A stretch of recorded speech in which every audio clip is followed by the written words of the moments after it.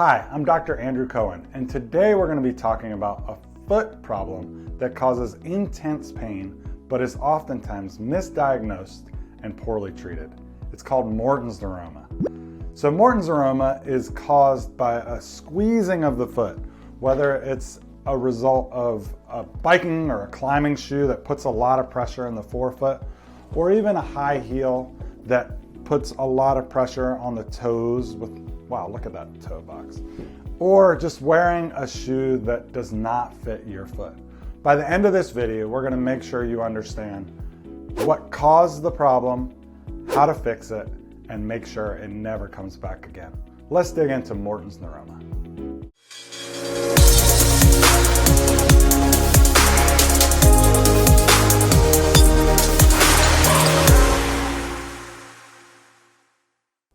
I got really good at Morton's Neuromas after working with runners. And we work with all types of runners, whether you're doing a 5K or you're an Olympian.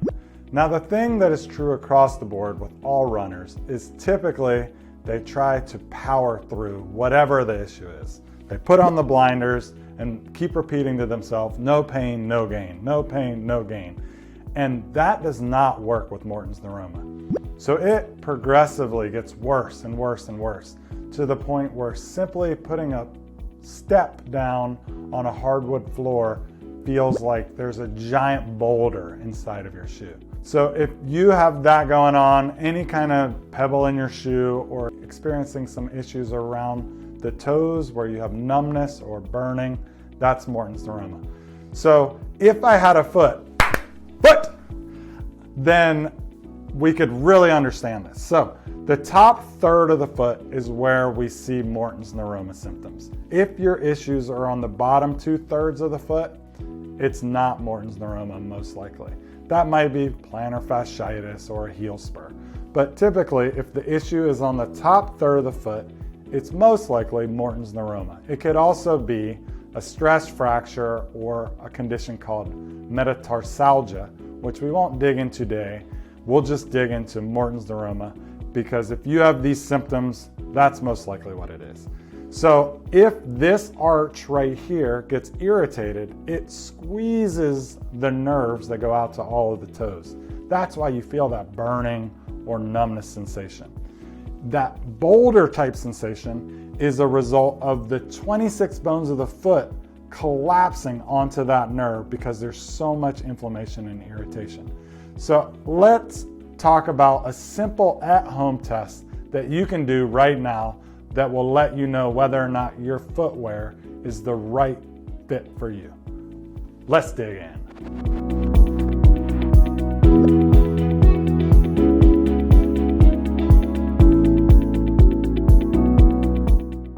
A simple test you can do at home with a box and a marker is called the trace test. It's an easy one. Just stand on a cardboard box or a piece of paper and trace the outline of your foot. This will give you an understanding of how wide your toe box should be. Then you simply grab a shoe you're considering. For example, this dress shoe. This is going to be a really uncomfortable day. Trying to imagine this big foot inside of this tiny toe box, it just doesn't make any sense. I don't know why they design shoes like this. Compared to my trail running shoe. And these are Ultras. Ultras make sure that they provide what's called a natural toe box. So you can tell this would fit in there very easily.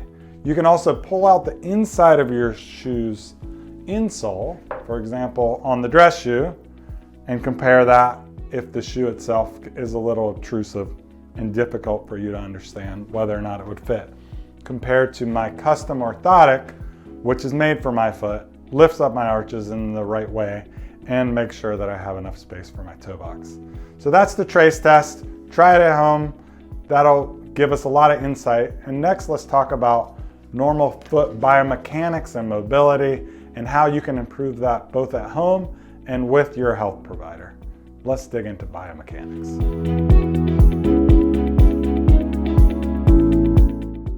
Now I'd like to give you some tricks and tips on how to relieve the pain that you have going on right now. So previously we talked about how to make sure you get in the right footwear for you and what a normal toe box should look like. And I really like Ultras. Both their trail running shoes and their street running shoes are fantastic for me. I'll put a link below. But if you have a pair of shoes that seem to alleviate your pain, please share that information with us. We're going to look at this as a group learning effort, and we love hearing about what actually is successful for each and every one of you. So in your home, most people have some type of a ball. That's where I would start. So whether it's a golf ball, a lacrosse ball, or a tennis ball, just start off by sitting and gently starting to put a little bit of pressure around that area where you feel the marble or the stone inside of your foot, where you feel like it's putting pressure on the nerve. Now, I wouldn't start by directly putting all of your pressure on that sort of very center of the marble, because we don't want to irritate it. So start by going around in concentric circles around that area to loosen up the tissue. That should provide you some level of relief. Sometimes if the ball is too big and the tissue is too specific, it's very difficult for you to target that section. So what I would suggest next is to use that same Sharpie you used for the trace test and use it as a massage tool. The back of a Sharpie is really nice for getting in there and working around, freeing up that marble, if you think of it as a marble that's putting the pressure on the nerve. And just gently go around, and none of these should cause really sharp pain going out to the pain or to the toes. It should feel like a massage of tissue that needs to be massaged, no nerve pain. So do that. You can simply do it for 1 to 3 minutes, and it should also give you some relief when you go to stand up. When you stand up after that, kind of move it around, and if it feels like you're getting close, that's where you want to jump into right away.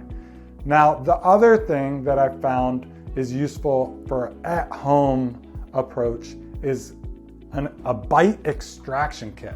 Now, this is a random one. In our office, we use fancy cupping tools, but these for only 15 bucks or so, maybe 20 bucks, you can use a bite extractor kit to create suction to create a little bit more space in that area. So you put it on, it starts to push open the tissue and separate out all the different layers of the tissue. So you could do that again around that section. I wouldn't start off right in the most irritated section, but once you have it there, you can gently move it around a little bit, which moves that tissue and can provide a lot of relief. If you've tried all these and they don't seem like they are creating the relief that you're needing to be able to get back to your sport, do not, and I repeat, do not just try to plow through and just keep running on it, playing on it, climbing on it. It will slow down this whole process.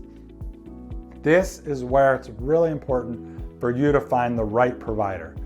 And next, we're going to talk about what that provider should be doing with you at each and every visit to make sure they're not just wasting your time duplicating what you've already tried, but they're going at this with precision level care to avoid surgery, which is our last case scenario.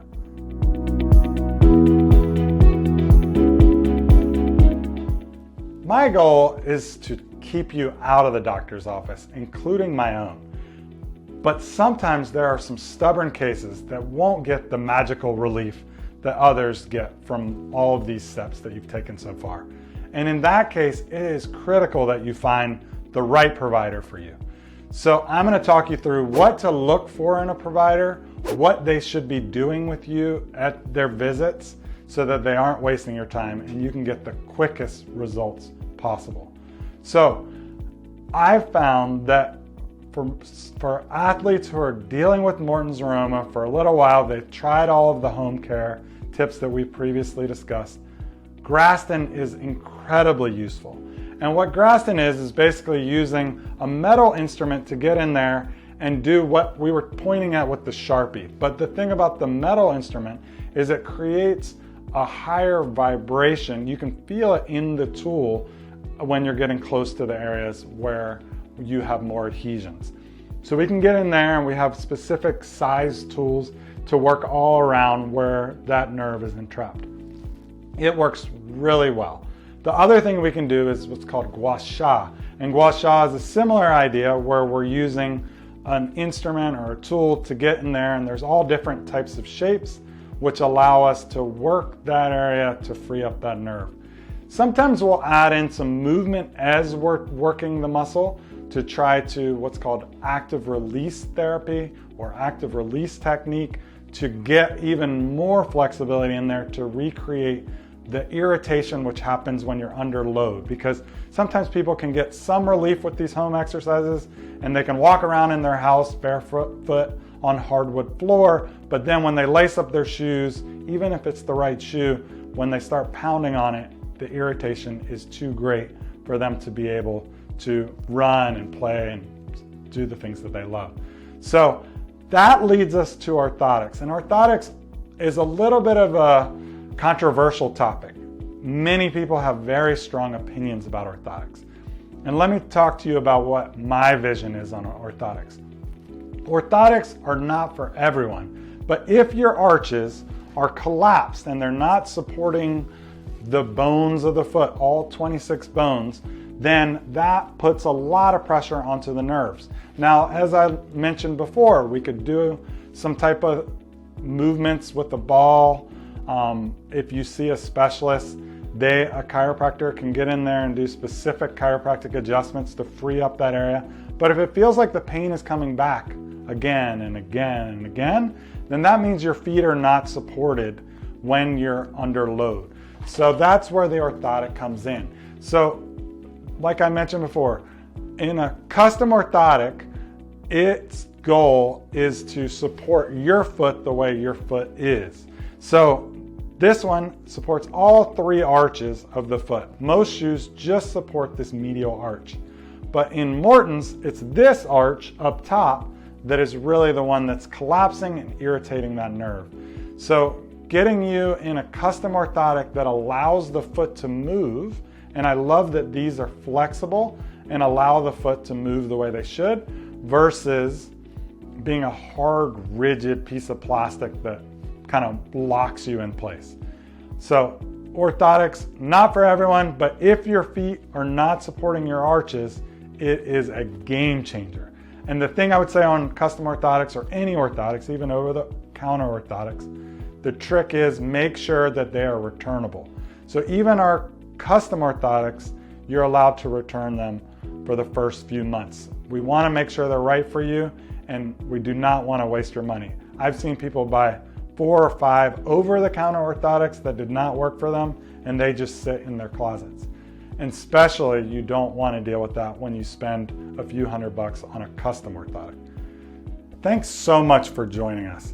I really hope that this helps get you out of some of the pain that you're experiencing right now. I know how hard it is to be away from the thing that you love, and boy oh boy does your stress level raise right through the roof. If you're still looking for some at-home tricks and tips, we have 2 other Mortons Neuroma videos which covers a slightly different angle and approach than what this video covered. So definitely feel free to dig into those. We'll have a link to that above.